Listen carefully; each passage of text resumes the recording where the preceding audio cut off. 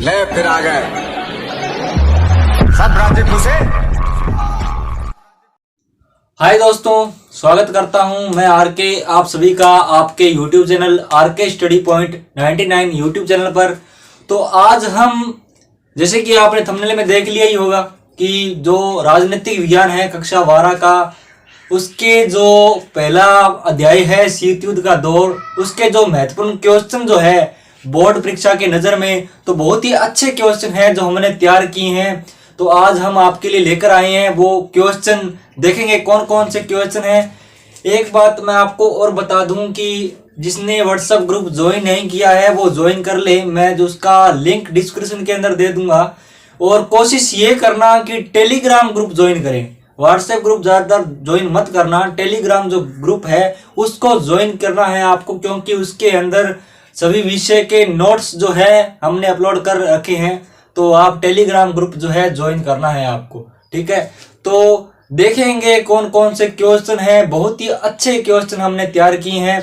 आपको ये नहीं, वैसे ही आपने क्वेश्चन पढ़ा आपके मन में आएगा भी हमने ये क्वेश्चन पढ़ रखे हैं, अगर आपको उसको बार बार पढ़ोगे तो आपके याद भी हो जाएंगे और बहुत ही अच्छे क्वेश्चन हैं। तो आप अभी तक चैनल को सब्सक्राइब नहीं किया है तो सब्सक्राइब कर लीजिएगा और बेल आइकन को प्रेस है करना मत भूलना, क्योंकि हम जो वीडियो अपलोड करते हैं आपका उसको जो है नोटिफिकेशन जो है वो आपको मिल जाएगा। जैसे हम वीडियो अपलोड करेंगे उसका जो नोटिफिकेशन है आपको तुरंत मिल जाएगा, ठीक है। इसका ये बेनिफिट रहेगा, तो आप सब्सक्राइब कर लेना चैनल को और बेल आइकन को भी प्रेस कर लेना। तो आज क्रिसमस डे भी है, उसका आप सभी को हार्दिक शुभकामनाएं। क्रिसमस डे की आप सभी को हार्दिक शुभकामनाएं। और देखिएगा कि आपकी अर्धवार्षिक परीक्षा भी हो गई, उम्मीद करता हूं कि अच्छी हुई होगी जिस तरीके से आपने तैयारी की है। तो बहुत से क्वेश्चन ऐसे थे जो हमने अध्यायों में करवा रखे थे और वो क्वेश्चन जो थे रिपीट हुए थे। तो वीडियो को आप देख लिया करो, प्लेलिस्ट बनाई हुई है, ज्योग्राफी की बनाई हुई है, इसी प्रकार अर्धवार्षिक परीक्षा की पेपरों की जो थी उसकी भी प्लेलिस्ट बनी हुई थी। तो अब हम एक एक करके सभी अध्याय के जो महत्वपूर्ण क्वेश्चन है वो करेंगे।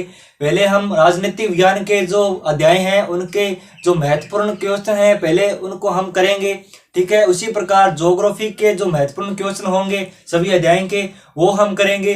तो पहले हम राजनीतिक विज्ञान का जो पहला अध्याय है शीत युद्ध का दौर, पहले हम वह कर लेते हैं, ठीक है। उसके जो महत्वपूर्ण क्वेश्चन है वो कर लेते हैं, उसके बाद हम उसका जो दूसरा अध्याय है वो करेंगे। फिर ये जैसे ही बुक कंप्लीट होगी दूसरी बुक के जो क्वेश्चन है वो भी हम करेंगे और ज्योग्राफी विषय के वो भी हम करेंगे, ठीक है। इस प्रकार से सभी विषय के जो महत्वपूर्ण क्वेश्चन है बोर्ड एग्जाम के वो हम कर लेंगे, ठीक है। तो देखते हैं कौन कौन से क्वेश्चन है, चलते हैं अपनी मोबाइल की स्क्रीन पर, क्योंकि बोर्ड हमारा जो है बहुत छोटा है, इस पे होगा नहीं, तो इसीलिए हमने क्या मोबाइल की स्क्रीन पर जो है तैयार किया है और वो हम करेंगे। तो चलते हैं बिना किसी देरी के अपनी मोबाइल की स्क्रीन पर। तो विद्यार्थियों आगे हैं हम अपनी मोबाइल की स्क्रीन पर और आप देख सकते हैं क्वेश्चन। मैं आपको बोलकर बताऊंगा क्वेश्चन और उसके जो आंसर है मैं आपको बोलकर बताऊंगा। तो इसके अंदर क्वेश्चन है पहला कि क्यूबा मिसाइल संकट किस वर्ष हुआ था। तो किस वर्ष हुआ था, ये हुआ था 1962, ठीक है। उसके बाद है अपना दूसरा क्वेश्चन है कि बर्लिन की दीवार कब खड़ी की गई। तो बर्लिन की दीवार जो थी 1961 को खड़ी की गई थी। उसके बाद हमारा तीसरा क्वेश्चन है कि अमेरिका ने द्वितीय विश्व युद्ध में जापान पर परमाणु बम कब गिराए थे, ठीक है। तो ये है, इसका आंसर है कि अगस्त 1945 को अमेरिका ने द्वितीय विश्व युद्ध में जापान पर परमाणु बम गिराए थे। तो इसी प्रकार हमारा जो चौथा क्वेश्चन है कि प्रथम विश्व युद्ध कब हुआ। तो प्रथम विश्व युद्ध जो था 1914 से लेकर 1918 के बीच हुआ। ये हमारे वन लाइनर वाले क्वेश्चन हैं। जो ऑब्जेक्टिव क्वेश्चन होते हैं उनको मैंने इस तरीके से तैयार किया है, वन लाइन के रूप में मैंने तैयार किया है, ताकि आपको अगर ऑब्जेक्टिव जो क्वेश्चन होते हैं अगर उनको आपको वन लाइन में बदलकर अगर पूछ लिया जाए तो आप कर सकते हो। इसीलिए मैंने इन क्वेश्चनों के अंदर आपको जो एबेसडे होते हैं वो मैंने नहीं दिया, क्यों नहीं दिया, मैंने इसीलिए नहीं दिया क्योंकि ज़्यादातर अलग अलग एग्ज़ाम के अंदर, मतलब आप देख सकते हो अर्धवार्षिक परीक्षा के अंदर आपने देखा होगा कि कोई और ज़िले के अंदर जैसे पेपर हुआ है और उसी का किसी अदर ज़िले के अंदर हुआ है, तो वहाँ पे मतलब जो ऑब्जेक्टिव जो क्वेश्चन होते हैं उनको वन लाइन के रूप में पूछा गया था। तो अगर बोर्ड एग्ज़ाम में आपको वन लाइन के रूप में अगर पूछ लिया जाए तो आप कहीं नहीं अड़ोगे, मतलब आराम से ही बता दोगे कि इसका जो आंसर है वो ये होगा। ठीक है, तो इस प्रकार से मैंने आपके लिए ये क्वेश्चन तैयार किए हैं। तो मैंने आपको बता ही दिया कि प्रथम विश्व युद्ध कब हुआ, 1914 से 1918 के बीच हुआ। उसके बाद हमारा 5वां क्वेश्चन है कि द्वितीय विश्व युद्ध कब हुआ। पहले हमने पढ़ा कि प्रथम विश्व युद्ध कब हुआ, उसके बाद हमने जो प्रश्न था इस रूप में तैयार किया कि द्वितीय विश्व युद्ध कब हुआ। तो इसका आंसर है 1939 से 1935 के बीच। ठीक है, द्वितीय विश्व युद्ध 1939 से 1935 के बीच हुआ। उसके बाद है छठा क्वेश्चन है अपना कि शीत युद्ध के बारे में से कौन सा कथन गलत है। आप अपने जो राजनीतिक विज्ञान का जो वो बुक है जो जिसके अंदर जो ये शीत युद्ध वाला चैप्टर है उसके अंदर आप देखना पाठ्य पुस्तक के प्रश्न के अंदर कि आपसे जो गलत और सही का जो क्वेश्चन है वो पूछा गया है। तो उसके अंदर से जो गलत है, जो लाइन गलत है सिर्फ मैंने वो लाइन ही लिखी है, जो सही है वो मैंने नहीं लिखी। तो आप एक बार देख जरूर लेना, जो गलत है वो मैंने यहाँ पे लिख दी है, आप देख लेना कि अमेरिका द्वारा सोवियत संघ सीधे युद्ध में शामिल थे। जो ये लाइन है अमेरिका और सोवियत संघ सीधे युद्ध में शामिल थे, तो ये अपना गलत है। ठीक है, तो यही अपना आंसर होगा इसका। उसके बाद है 7वां क्वेश्चन, देखिए आप, साम्यवाद को रोकने के बारे में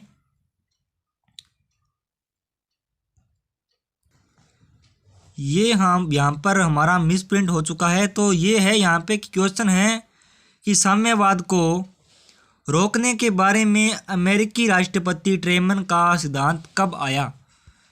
तो कब आया, ये है 1947 को कि साम्यवाद को रोकने के बारे में अमेरिकी राष्ट्रपति ट्रूमैन का सिद्धांत 1947 में आया। उसके बाद है अपना 8वां क्वेश्चन कि मार्शल प्लान क्या है। बहुत ही अच्छा क्वेश्चन है कि मार्शल प्लान क्या है।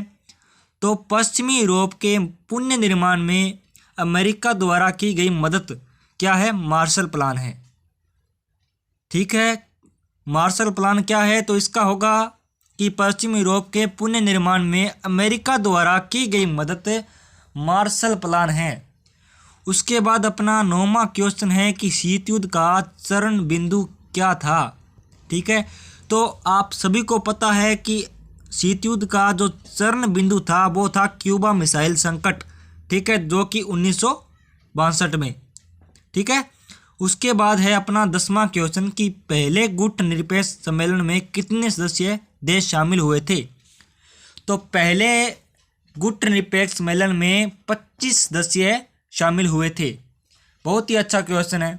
उसके बाद अपना है 11वां क्वेश्चन कि पहला गुट निरपेक्ष सम्मेलन कब हुआ, कहाँ हुआ था, मतलब कब हुआ और कहाँ हुआ।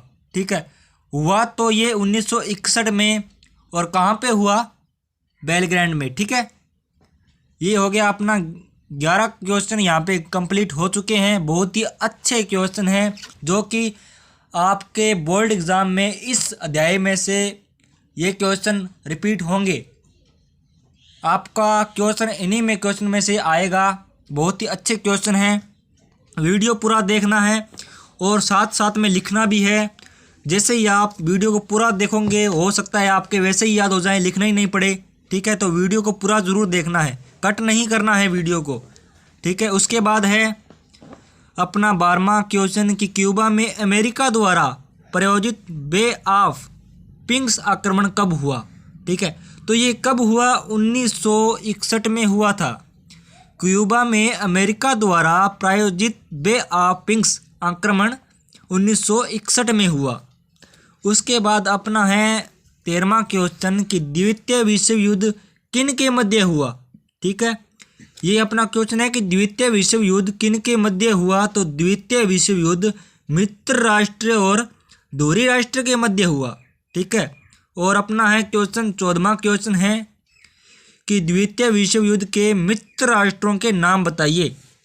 तो अपना 13वां क्वेश्चन था कि द्वितीय विश्व युद्ध किन के मध्य हुआ।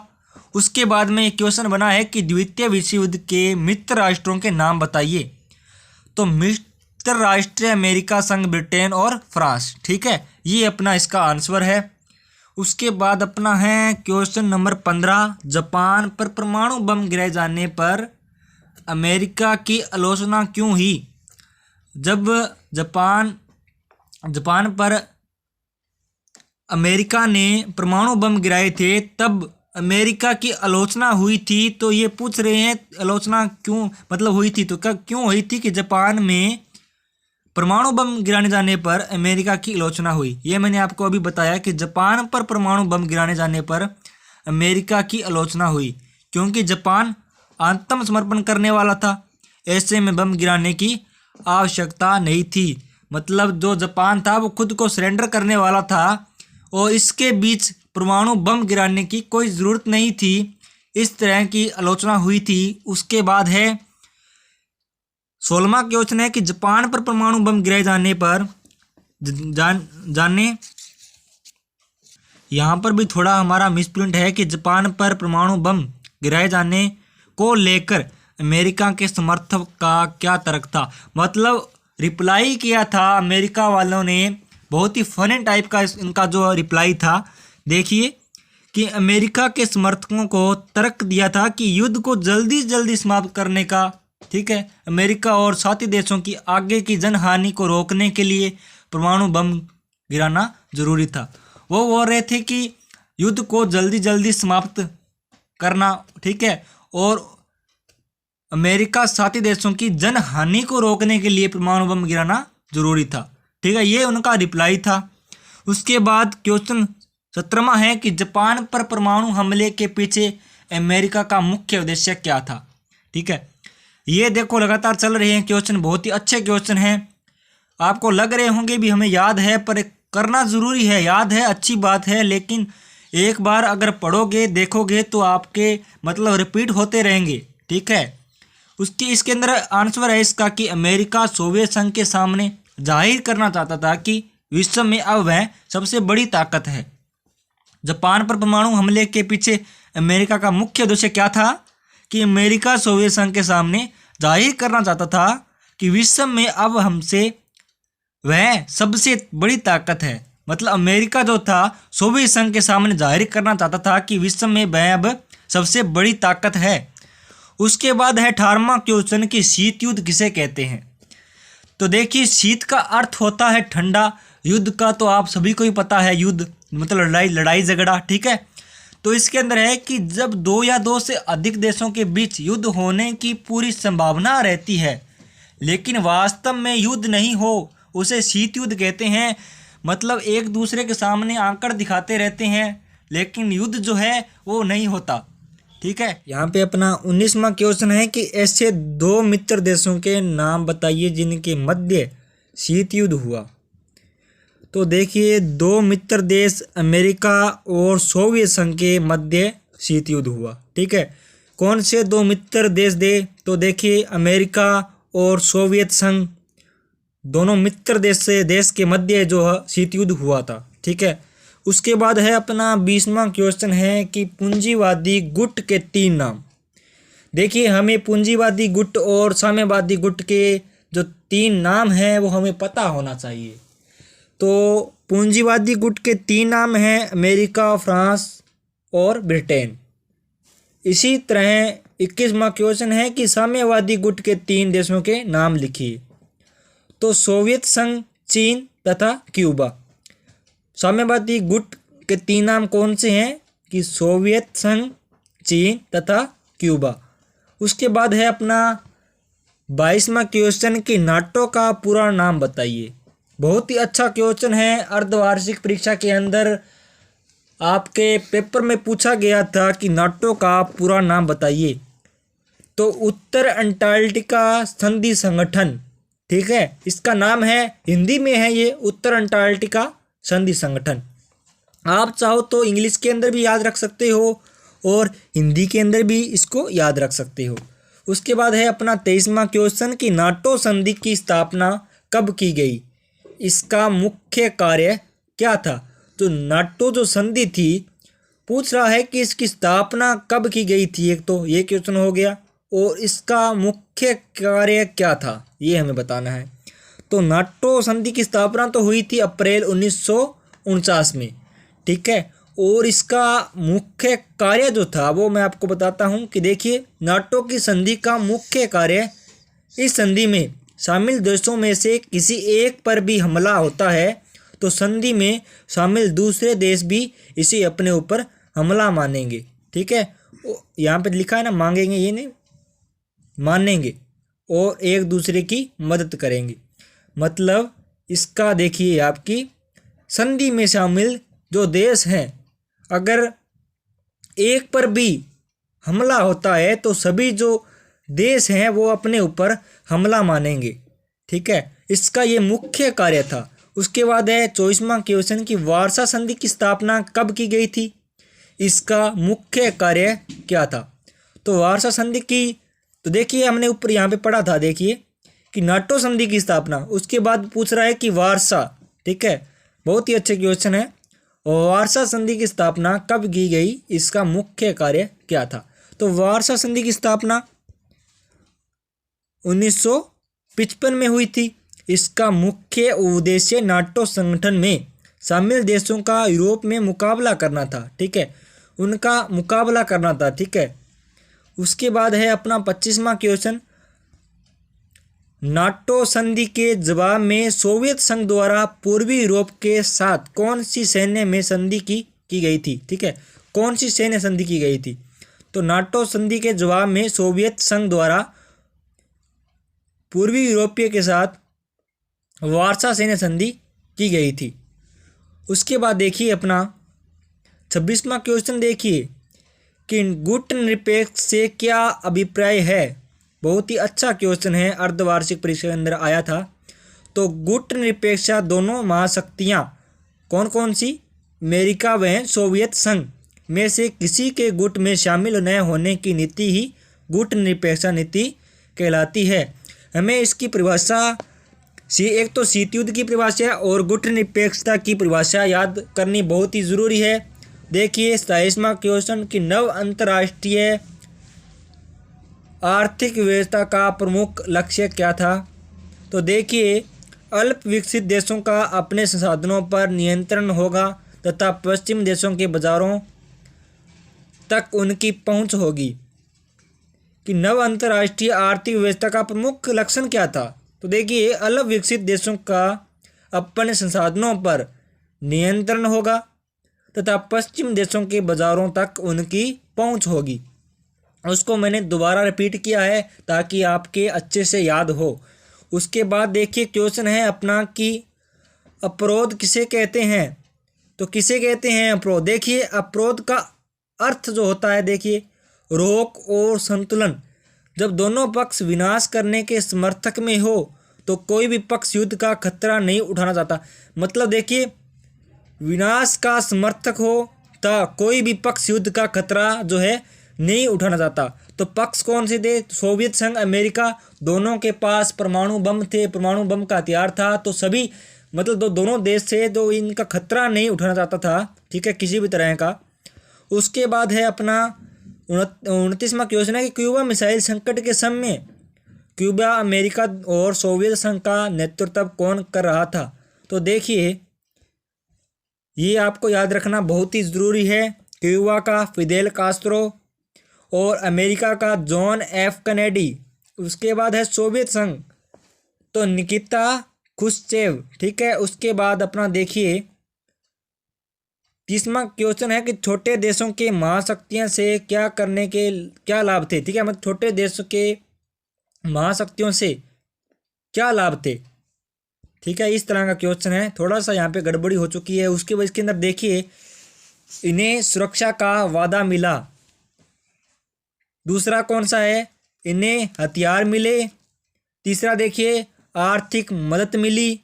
ठीक है, उसके बाद देखिए अपना 31वां क्वेश्चन है कि शीत युद्ध के दायरे से क्या अभिप्राय है, किन्हीं 2 दायरों को लिखिए। तो शीत युद्ध के दायरे से अभिप्राय विश्व स्तर पर विभिन्न देशों का विरोधी गुटों में बंट जाना तथा उनके मध्य तनाव एवं युद्ध की स्थिति उत्पन्न होना। उसके बाद देखिए अपना इसी के अंदर कि कौन कौन से वो 2 है। कोरिया युद्ध 1950 से 1953। क्यूबा देखिए, क्यूबा मिसाइल संकट जो कि 1962 में। उसके बाद क्वेश्चन देखिए अपना कि शीत युद्ध के प्रमुख कारण लिखिए, क्या कारण थे शीत युद्ध का वो हमें बताना है। ठीक है, मतलब दोनों के बीच जो हथियार की होड़ हो रही थी वो थी, और दोनों जो देश थे वो आपस में जो युद्ध नहीं करना चाहते थे। ठीक है, क्योंकि दोनों के पास परमाणु बम थे। ठीक है, इस प्रकार से हमें बताना है। 2 क्वेश्चन के जो आंसर मैंने नहीं लिखा, थोड़ा थोड़ा आपको मैंने बता दिया। क्यूबा मिसाइल संकट का क्या था समझाइए। तो 1962 में हुआ था, जो कि एक छोटा सा द्वीपीय देश है और ये लगता तो अमेरिका के, ठीक है, अमेरिका के लगता है नज़दीक तो, ठीक है, पर इसका जो जुड़ाव है वो सोवियत संघ के साथ है। ठीक है, इस प्रकार से ये क्वेश्चन है, ये बहुत ही इंपॉर्टेंट क्वेश्चन है। ये क्यूबा मिसाइल संकट क्या था समझाइए, बड़ा क्वेश्चन आपको पूछ सकता है एग्जाम के अंदर। तो आपको ये करना है, अच्छी तरीके से इसको याद करना है। देखिए कमेंट में बताना है कि मेरा ये प्रयास आपको कैसा लगा, और वीडियो को लाइक करना है, चैनल को अपने को सब्सक्राइब करना है। ठीक है, वीडियो को अपने दोस्तों के साथ शेयर करना है। और मैंने आपको बताया था कि व्हाट्सएप टेलीग्राम ग्रुप है, ज्वाइन कीजिए आप इनको, लिंक मैं डिस्क्रिप्शन के अंदर दे दूंगा। जिसने वीडियो पूरा देखा बहुत ही अच्छी बात है, क्योंकि जो अच्छे अंक प्राप्त करना चाहता है वो वीडियो को पूरा ज़रूर देखेगा, ये मुझे विश्वास भी था। ठीक है, और देखिए इसी प्रकार से मैं आपके लिए वीडियो बनाकर लाता रहूँगा। आप मेरा सहयोग कीजिए, मेरी जितनी सपोर्ट हो सकती है आप करिए, क्योंकि मुझे खुशी मिलती है जब चैनल को सब्सक्राइब करते हो, कमेंट करते हो, शेयर करते हो, लाइक करते हो, बहुत खुशी मिलती है। और जब हमें खुशी मिलती है तो मैं अच्छे अच्छे क्वेश्चन जो कि बोर्ड पैटर्न के हिसाब से मैं तैयार करता हूँ। तो मिलेंगे अगले वीडियो में, तब तक के लिए जय हिंद, जय भारत, वंदे मातरम।